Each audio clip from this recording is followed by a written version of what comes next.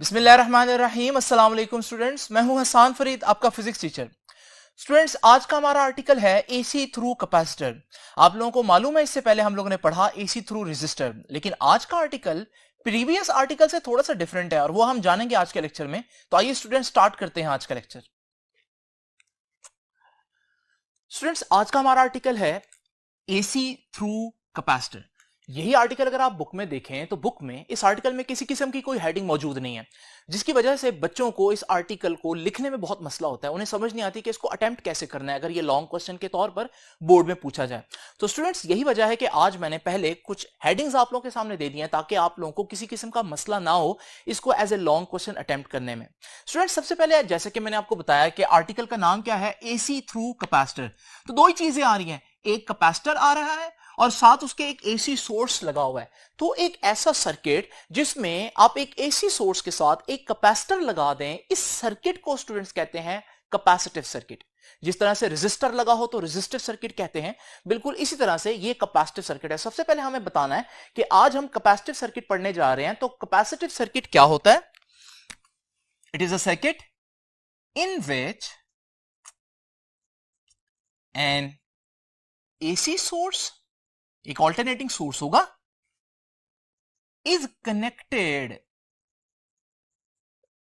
To a capacitor, और वो alternating source जो है वो एक कैपेसिटर से अटैच होगा। और स्टूडेंट्स, इसको अगर मैं डायग्राम की फॉर्म में आपके सामने शो करूं तो कुछ इस तरह से करूंगा। ऑल्टरनेटिंग सोर्स का सिंबल आप लोग जानते हैं ये होता है, और इसके साथ मैं एक अदद कैपेसिटर जिसका सिंबल ये है अटैच कर रहा हूं, कनेक्ट कर रहा हूं। और स्टूडेंट्स, इस कैपेसिटर की कुछ ना कुछ कैपेसिटेंस होगी, इसकी कैपेसिटेंस को मैं सी कह देता हूं। ये ऑल्टरनेटिंग सोर्स है और ये कैपेसिटर है। बड़ा सिंपल सा सर्किट है स्टूडेंट्स। लेकिन स्टूडेंट्स, इस सर्किट को यानी एसी सर्किट को, ये ऑल्टरनेटिंग करंट का सोर्स है, इससे समझने से पहले क्यों ना हम पहले इमेजिन करें एक डीसी सर्किट जो हम लोगों ने पढ़ा हुआ है। स्टूडेंट्स, ये एक सेल है और इस सेल से कनेक्टेड आप देख रहे हैं कि हमारे पास एक बल्ब अटैच है और बल्ब जो है वो फुल ब्राइटनेस से ग्लो कर रहा है।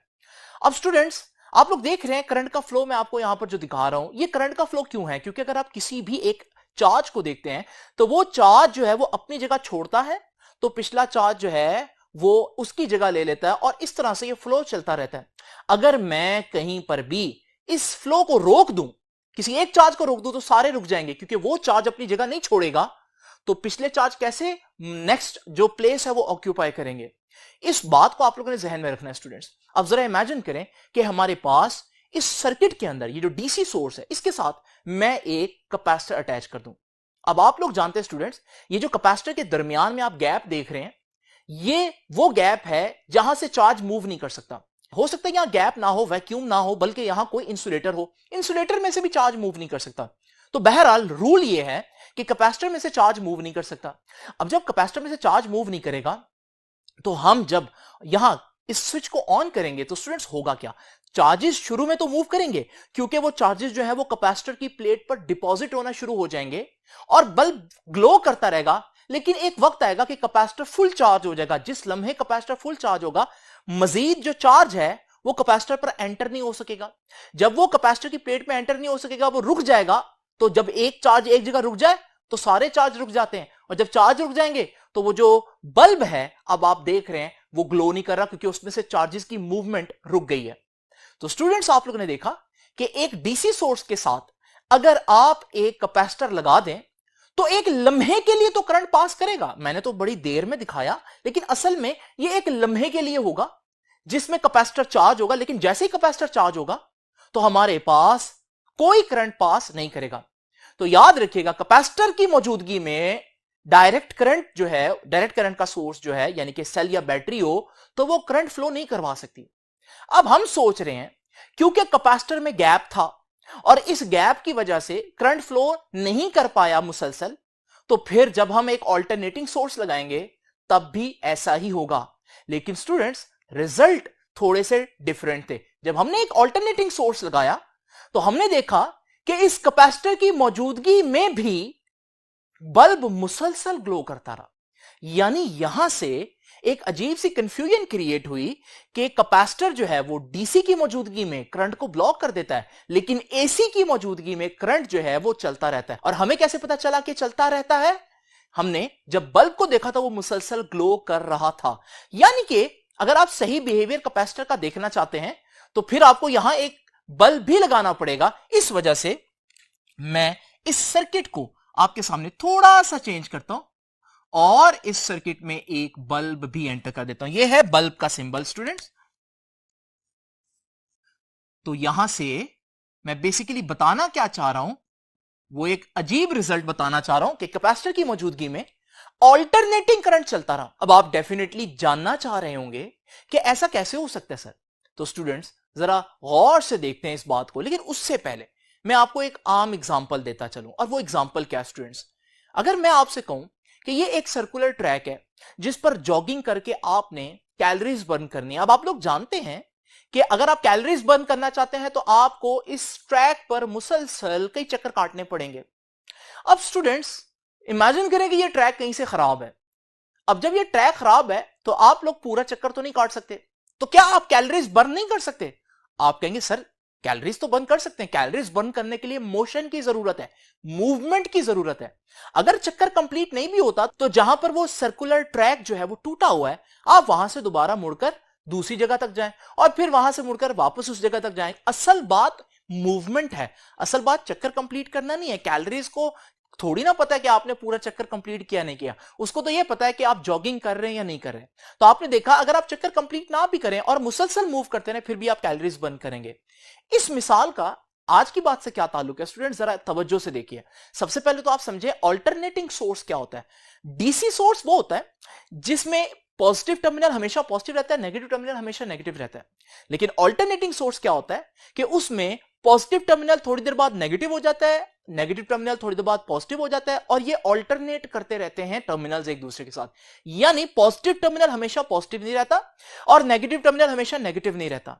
अब स्टूडेंट्स होगा क्या, जरा इमेजिन करें कि इस एसी सोर्स के साथ मैं एक बल्ब लगाता हूं और आप देखेंगे कि हमारे पास जो करंट का फ्लो है वो कुछ इस तरह से होगा।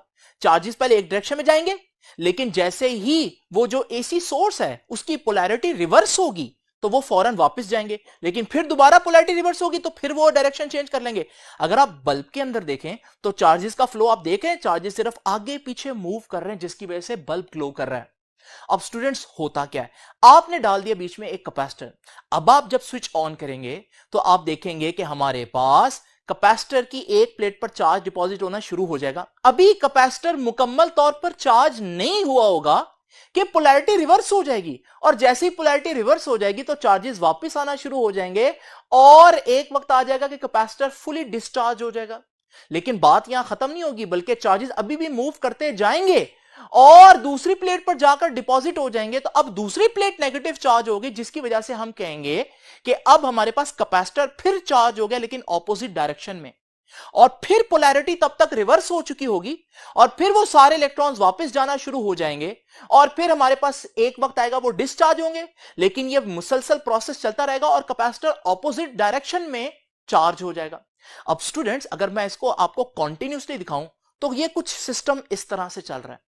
हालांकि चार्जेस कंप्लीट लूप में मूव नहीं कर रहे हैं, लेकिन बल्ब के ग्लो करने के लिए तो चार्जेस को सिर्फ मूव करना जरूरी है। और अगर आप इस सारे सिनेरियो के अंदर बल्ब को जूम करके देखें तो अभी भी चार्जेस मूव कर रहे हैं और बल्ब इस वजह से ग्लो कर रहा है। तो स्टूडेंट्स बच्चे परेशान होते हैं कि सर यहां पर तो कैपेसिटर में गैप है, फिर कैसे हमारे पास बल्ब ग्लो कर सकता है हालांकि लूप कंप्लीट नहीं है। क्योंकि स्टूडेंट्स बल्ब को ग्लो करने के लिए लूप का कंप्लीट होना जरूरी नहीं है, बल्कि चार्जेस की मुसलसल मोशन जरूरी है और चार्जेस की जो मुसलसल मोशन है वो इस केस में हो रही है। बिल्कुल वैसे जैसे मैंने बताया कि अगर आपने कैलोरीज बर्न करनी है तो जरूरी नहीं है कि आप पूरा चक्कर काटें। अगर सर्कुलर ट्रैक कहीं से खराब है आप वहां से मुड़कर वापस भी आ जाएं और इस तरह से मूव करें जैसे मैं आपको दिखा रहा हूं, तो भी कैलोरीज तो बर्न होगी ना। कैलोरीज को थोड़ी ना इस बात से परवाह है कि आप पूरा चक्कर काट रहे हैं या नहीं। तो स्टूडेंट्स यहां से हम लोगों ने एक बात सीखी कि एक कैपेसिटर अगर एसी सोर्स के साथ कनेक्ट हो तो बल्ब जलता रहता है और बल्ब का जलना यह बता रहा है कि AC alternating current can pass through capacitor. और उसकी वजह क्या है? हालांकि बीच में गैप है, उसकी वजह क्या है? क्योंकि कैपेसिटर मुसलसल चार्ज डिस्चार्ज होता रहता है, जिसकी वजह से एसी जो है वो इसमें से पास कर सकता है। तो मैं एक लाइन में ये बता देता हूं कि एसी क्यों पास कर सकता है थ्रू कैपेसिटर। तो AC can pass through capacitor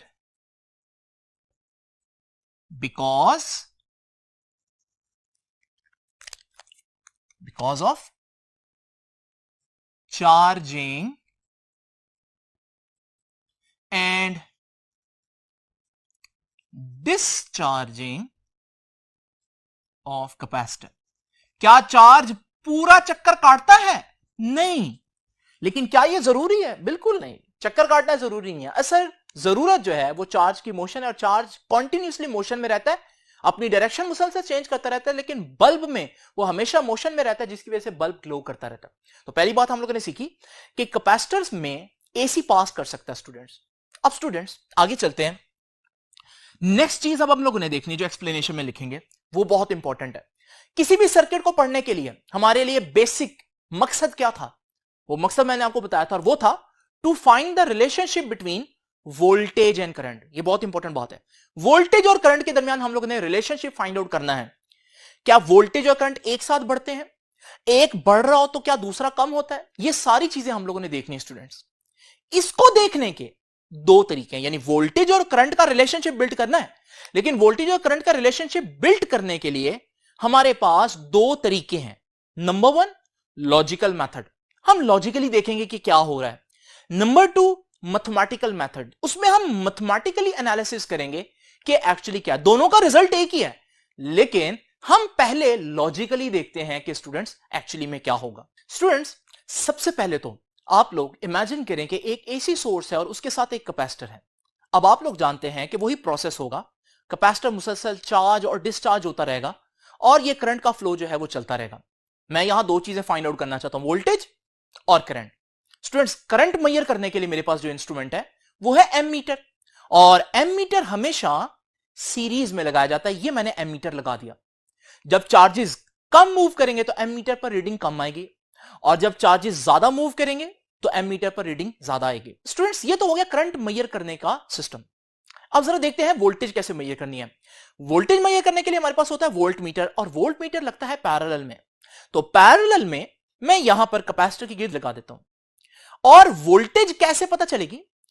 कितना कैपेसिटर के ऊपर चार्ज स्टोर है। अगर कैपेसिटर के ऊपर कम चार्ज स्टोर है तो वोल्ट मीटर कम रीडिंग देगा, लेकिन अगर कैपेसिटर के ऊपर ज्यादा चार्ज स्टोर है तो वोल्ट मीटर ज्यादा रीडिंग देगा। स्टूडेंट्स बात करते हैं बिल्कुल पहले लम्हे की, वेरी फर्स्ट मोमेंट क्या होगा। बिल्कुल पहले लम्हे वोल्टेज और करंट का क्या सिस्टम होगा, क्योंकि हमारा काम क्या है, to build a relationship between voltage and current. तो स्टूडेंट जरा तवज्जो से देखिए, बिल्कुल पहले लम्हे अगर आप देखें तो हमारे पास जो कैपेसिटर की प्लेट्स हैं वो न्यूट्रल हैं, कोई चार्ज ही नहीं है उन पर। जब चार्ज नहीं होगा तो वोल्ट मीटर के ऊपर क्या रीडिंग आएगी? डेफिनेटली कोई रीडिंग नहीं आएगी।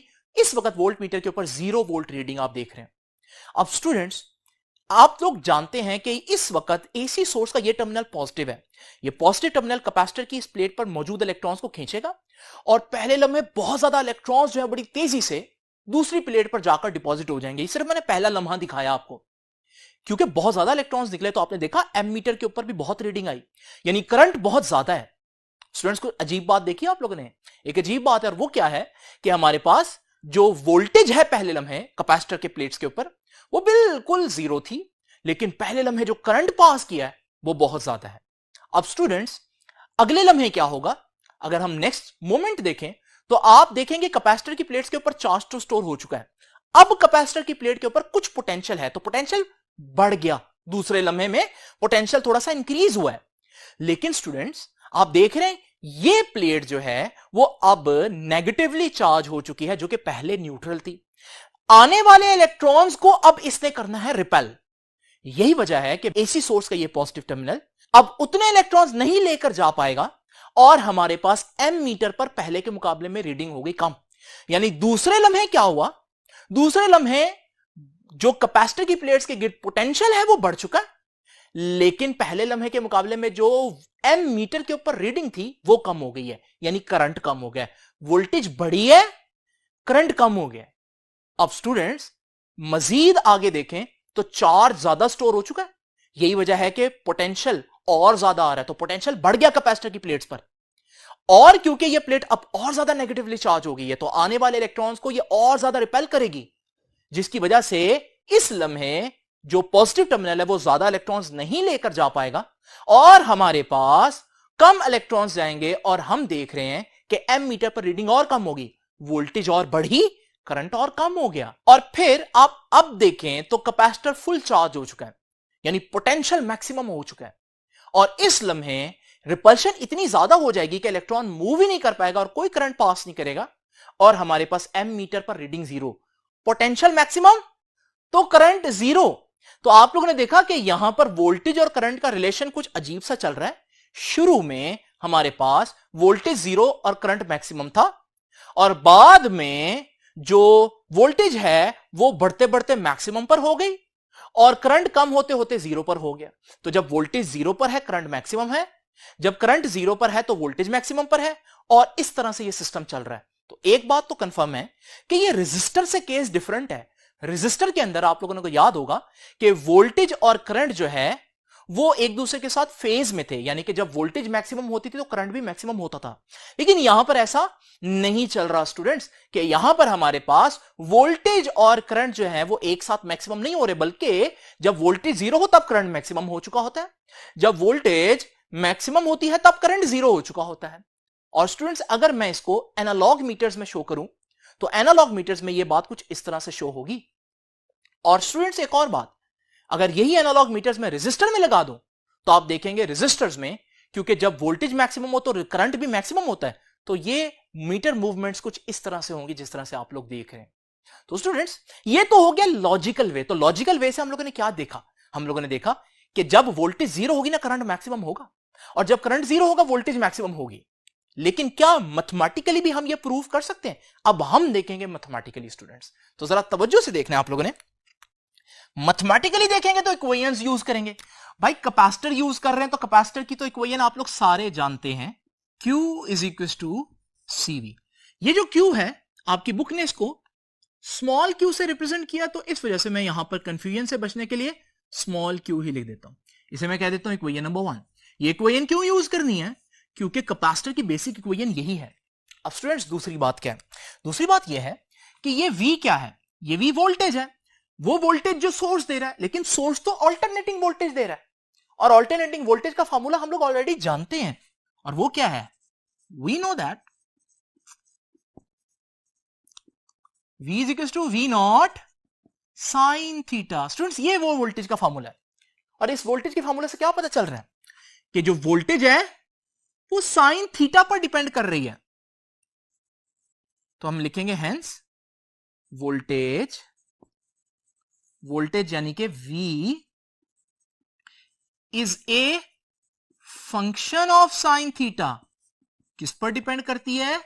साइन थीटा पर डिपेंड करती है। साइन थीटा का फंक्शन है, और जब कोई चीज किसी पर डिपेंड कर रही हो तो उसकी वेरिएशन बिल्कुल वैसी ही होती है। साइन थीटा का ग्राफ आप लोग जानते हैं कुछ इस तरह से होता है। अब क्योंकि voltage is a function of sine theta, तो स्टूडेंट्स बिल्कुल यही ग्राफ वोल्टेज का भी होगा। तो वोल्टेज का ग्राफ तो मेरे पास आ गया, ये ग्राफ मैं आपके सामने यहां पर ड्रॉ कर देता हूं।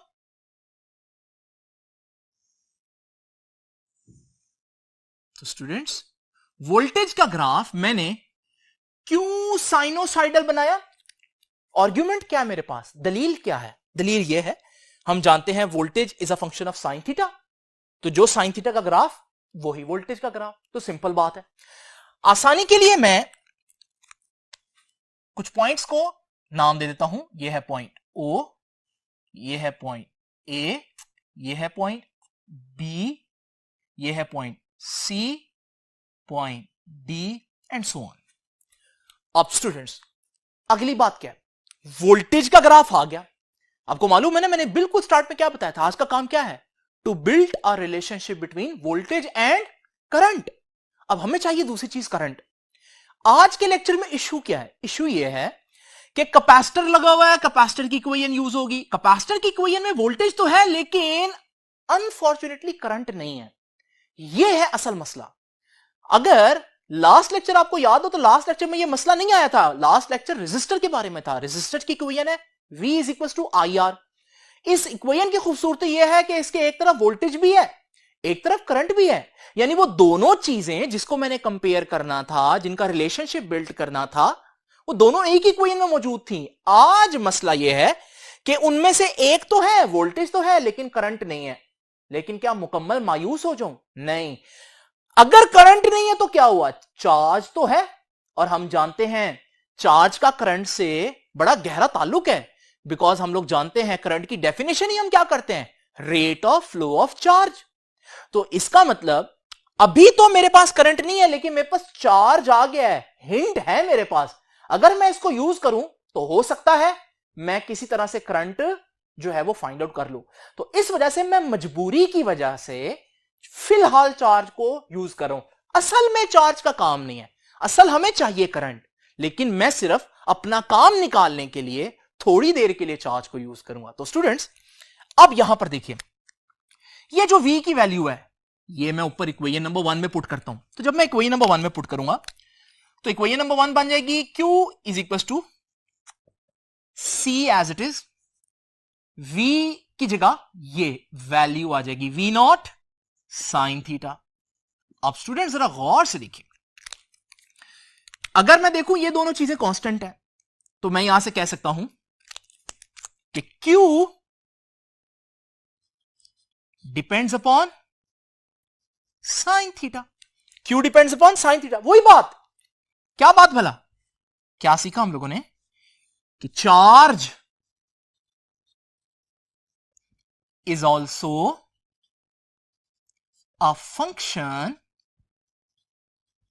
Of sine theta. स्टूडेंट्स वही वाली बात, यानी जिस तरह से voltage is a function of sine theta तो charge is also a function of sine theta. तो charge is also a function of sine theta, और साइन का ग्राफ तो ऐसे होता है, तो फिर चार्ज का ग्राफ भी ऐसा ही होगा स्टूडेंट्स।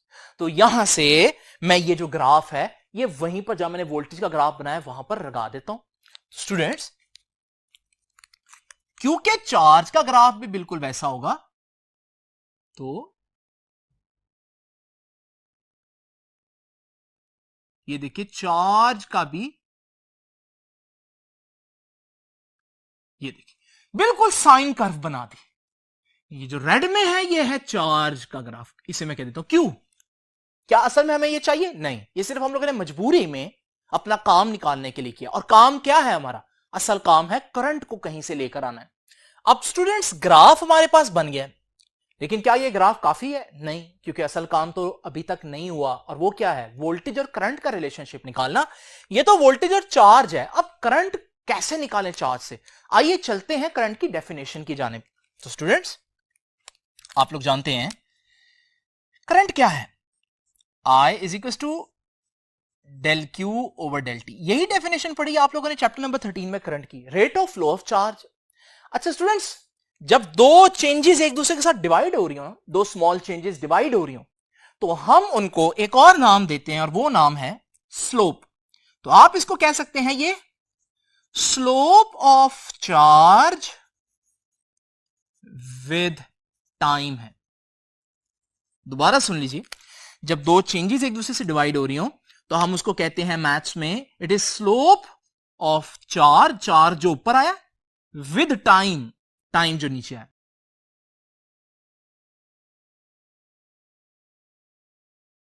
कहते हैं फॉर एग्जांपल आप लोगों ने एक्सेलरेशन का फॉर्मूला पढ़ा, rate of change of velocity delta we over delta T. इसको अगर हम मैथमेटिक्स के लिहाज से देखें तो हम इसे कहेंगे it is slope of velocity with time.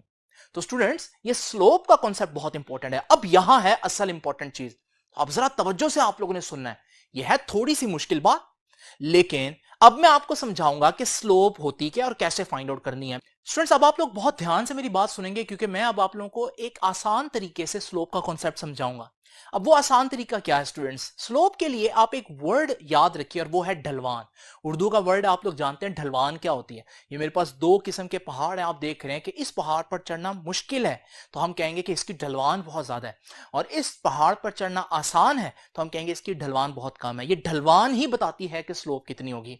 अब जरा इमेजिन करें स्टूडेंट्स, ये हमारे पास कुछ सिनेरियोज हैं। इसमें पहला सिनेरियो देखते हैं। ये शख्स जो जिस जगह पर मूव कर रहा है वो जगह आप देख रहे हैं बिल्कुल हॉरिजॉन्टल है। इसका मतलब वो कोई हाइट कवर कर ही नहीं रहा, वो बुलंदी तय ही नहीं कर रहा। इस सूरत में हम कहेंगे क्योंकि ढलवान है ही नहीं, वो हाइट पर जा ही नहीं रहा, तो स्लोप क्या हुई, जीरो हुई। क्यों, ढलवान ही नहीं है। बिल्कुल इसी तरह से स्टूडेंट्स अगर हम इस केस में देखें तो आप देख रहे हैं अब शख्स कुछ हाइट कवर कर रहा है साथ साथ। इस सूरत में हम क्या कहेंगे, ये हमारे पास एक ऐसा केस है जहां ढलवान है। तो क्योंकि वो शख्स ऊपर चढ़ रहा है तो मैं कहूंगा स्लोप जो है वो पॉजिटिव है, क्योंकि ऊपर चढ़ रहा है तो चढ़ाई है यहां पर। और साथ साथ क्योंकि वो आसानी से चढ़ रहा है, इतनी ज्यादा ढलवान नहीं है, तो मैं कहूंगा स्लोप पॉजिटिव है।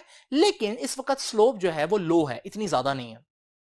इसी तरह से स्टूडेंट्स अगर आप इस केस को देखें तो इस केस में आप देखेंगे ना से वो शख्स ऊपर चढ़ रहा है बल्कि ऊपर चढ़ना बहुत मुश्किल है, ढलवान बहुत ज्यादा है। तो इस सूरत में हम कहेंगे कि स्लोप जो है वो पॉजिटिव है लेकिन हाई है। और स्टूडेंट्स इस केस में आप देखेंगे कि ये शख्स तो ऊपर चढ़ ही नहीं सकता, इस हद तक स्लोप ज्यादा हो गई है, तो हम कहेंगे ये स्लोप मैक्सिमम है या इंफिनिटी कहेंगे। और इसी तरह से स्टूडेंट्स अगर हम यहां पर देखें कि ये एक केस इमेजिन करें जिसमें वो शख्स जो है वो नीचे को जा रहा है, तो हम कहेंगे यहां स्लोप नेगेटिव है, क्योंकि यहां उतराई है, चढ़ाई नहीं है। इस सूरत में स्लोप नेगेटिव है, और नेगेटिव होने के साथ साथ क्योंकि वो आराम से उतर रहा है तो फिर हम कहेंगे नेगेटिव है और कम है। और फिर यहां पर अगर हम देखें ये वाला केस तो आप देखेंगे वो शख्स बड़ी तेजी से नीचे आ रहा है, तो हम कहेंगे स्लोप नेगेटिव होने के साथ साथ हाई है। अगर आप ये 4-5 केसेस जो हैं वो याद रख सकते हैं तो फिर अगला लेक्चर आसान है। तो स्टूडेंट्स ये 4-5 केसेस आप लोगों ने याद रखने हैं। स्लोप जीरो कब होती है, स्लोप पॉजिटिव कब होती है, नेगेटिव कब होती है।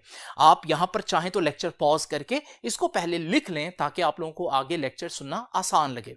अब स्टूडेंट्स जरा इमेजिन करें इन 4-5 केसेस में एक बात कॉमन थी, और वो क्या थी, वो बात ये थी कि यहां पर वो शख्स जो है वो एक स्ट्रेट पाथ में ही मूव कर रहा है, चाहे जैसी मर्जी स्लोप है, चाहे जैसी मर्जी ढलवान है, लेकिन हमारा जो पाथ है वो बिल्कुल स्ट्रेट है। लेकिन स्टूडेंट्स जरा इमेजिन करें कुछ इस तरह का पाथ, अगर ये शख्स इस पाथ पर जा रहा हो, अब हम स्लोप कैसे फाइंड आउट करेंगे, यानी एक कर्व्ड पाथ की स्लोप कैसे फाइंड आउट करेंगे। इसके लिए आसान तरीका है स्टूडेंट्स हमारे पास कि हम इस कर्व्ड पाथ के ऊपर कुछ पॉइंट्स चूज कर लें, हर पॉइंट पर एक टेंजेंट ड्रॉ कर लें। टेंजेंट ड्रॉ करना आपको आता है कि टेंजेंट एक ऐसी लाइन होती है जो किसी भी कर्व को एक पॉइंट पर कट करे, आसान डेफिनेशन इसकी यही है। तो हम लोगों ने टेंजेंट्स ड्रॉ कर लिए। अब ये टेंजेंट्स जो हैं ये बिल्कुल स्ट्रेट हैं, इन टेंजेंट्स को हम स्टडी कर सकते हैं। तो स्टूडेंट्स सबसे पहले तो आप जरा देखें ये वाला पॉइंट, इस कर्व का बिल्कुल स्टार्ट वाला पॉइंट।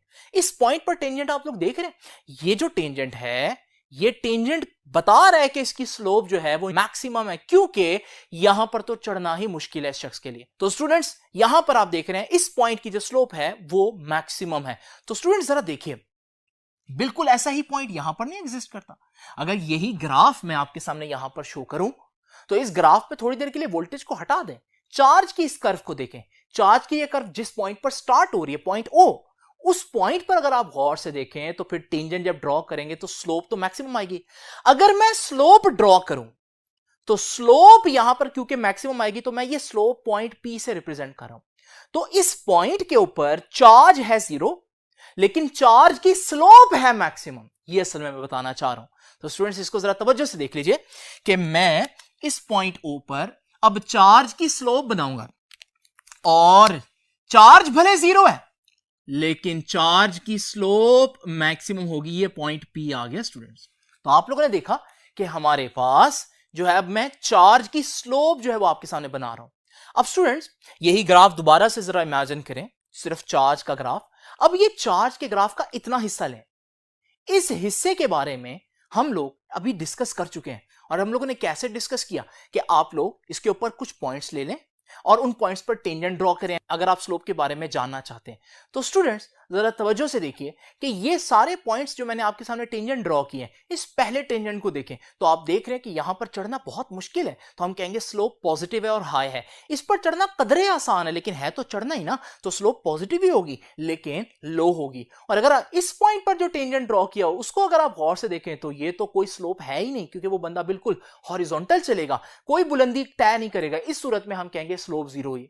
यानी यहां स्लोप हाई थी, फिर लो हुई, फिर जीरो हुई, यानी स्लोप मुसलसल क्या हो रही है, कम हो रही है स्टूडेंट्स। तो जरा गौर से देख लीजिए, स्लोप इस सूरत में कम हो रही है। तो हम कह सकते हैं जब आप यहां से यहां चार्ज के ग्राफ को देखते हैं तो चार्ज बढ़ रहा है लेकिन चार्ज की स्लोप कम होगी, तो हम ये लाइन यूं ड्रॉ करेंगे क्योंकि स्लोप की लाइन ड्रॉ करनी है और स्लोप कम हो रही है और कम होते होते इस पॉइंट पर 0 हो रही है। तो स्टूडेंट्स बिल्कुल ऐसे ही ये वाला ग्राफ का जो पोर्शन है इसकी स्लोप जो है वो ऐसे आ जाएगी।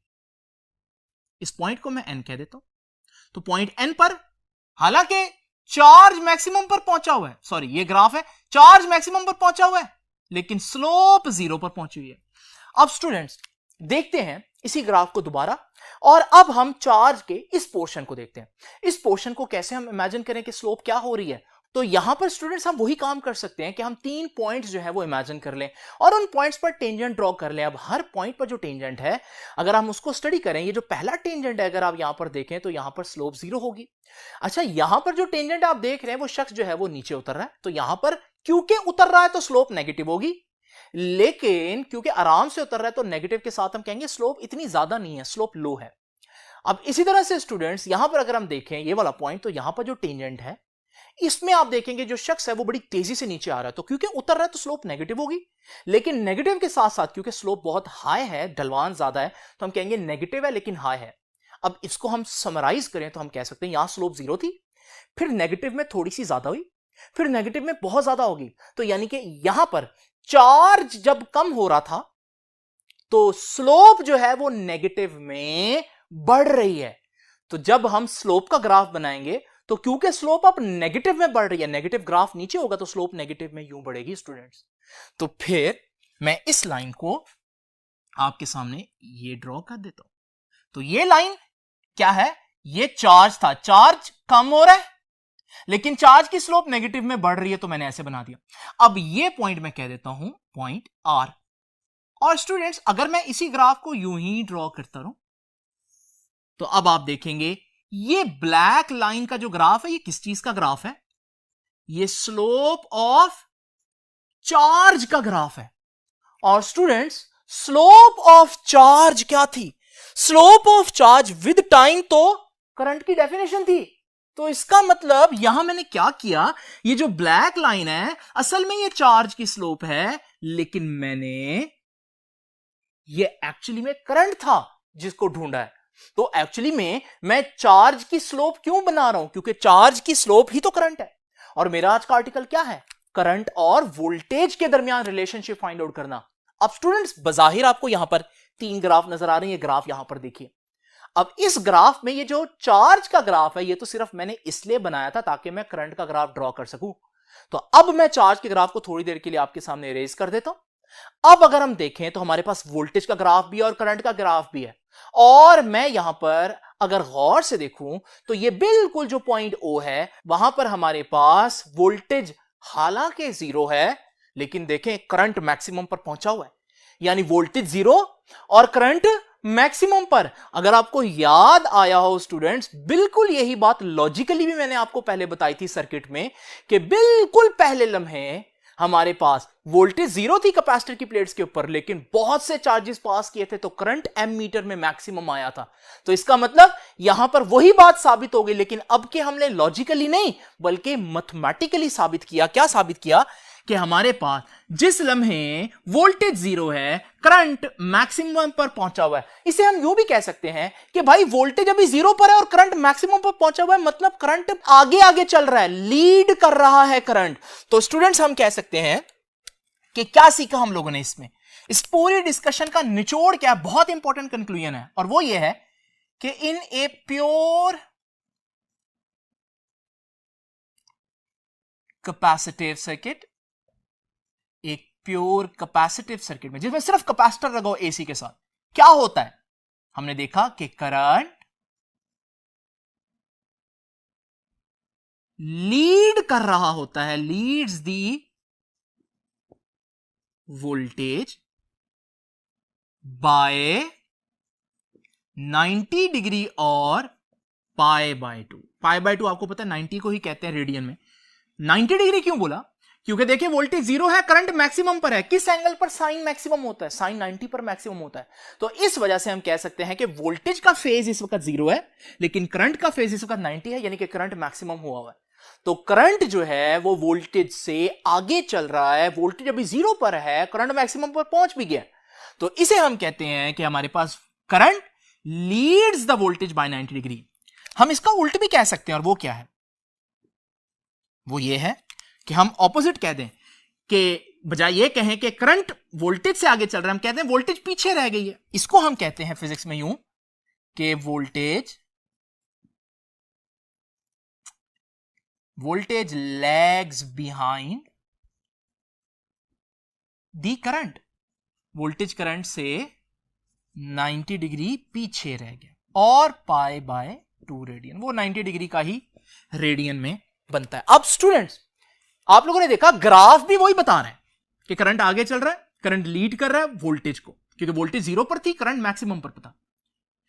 ये वर्ड्स में भी मैंने यही बताया कि करंट लीड करेगा वोल्टेज से 90 डिग्री। अब मैं वेक्टर्स के जरिए बताऊंगा कि करंट वोल्टेज को लीड करेगा। अब स्टूडेंट्स, अगर करंट और वोल्टेज फेज में हो तो फिर मैं आपको मालूम है करंट और वोल्टेज के वेक्टर्स को सेम डायरेक्शन में बनाता हूं। ये क्या बता रहे हैं वेक्टर्स, कि current and voltage are in phase, दोनों एक साथ बढ़ते हैं, दोनों एक साथ कम होते हैं। लेकिन क्योंकि करंट यहां 90 डिग्री लीड कर रहा है, तो मैं करंट के वेक्टर को 90 डिग्री रोटेट करूंगा, और जब मैं 90 डिग्री रोटेट करूंगा तो ये जो मेरे पास चीज बनेगी, ये बता रही है कि current leads the voltage by 90 degree. वही जो बात मैंने लिखी है उसको मैं वेक्टर में यूं रिप्रेजेंट करूंगा कि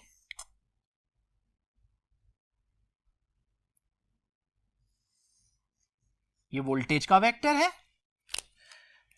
और ये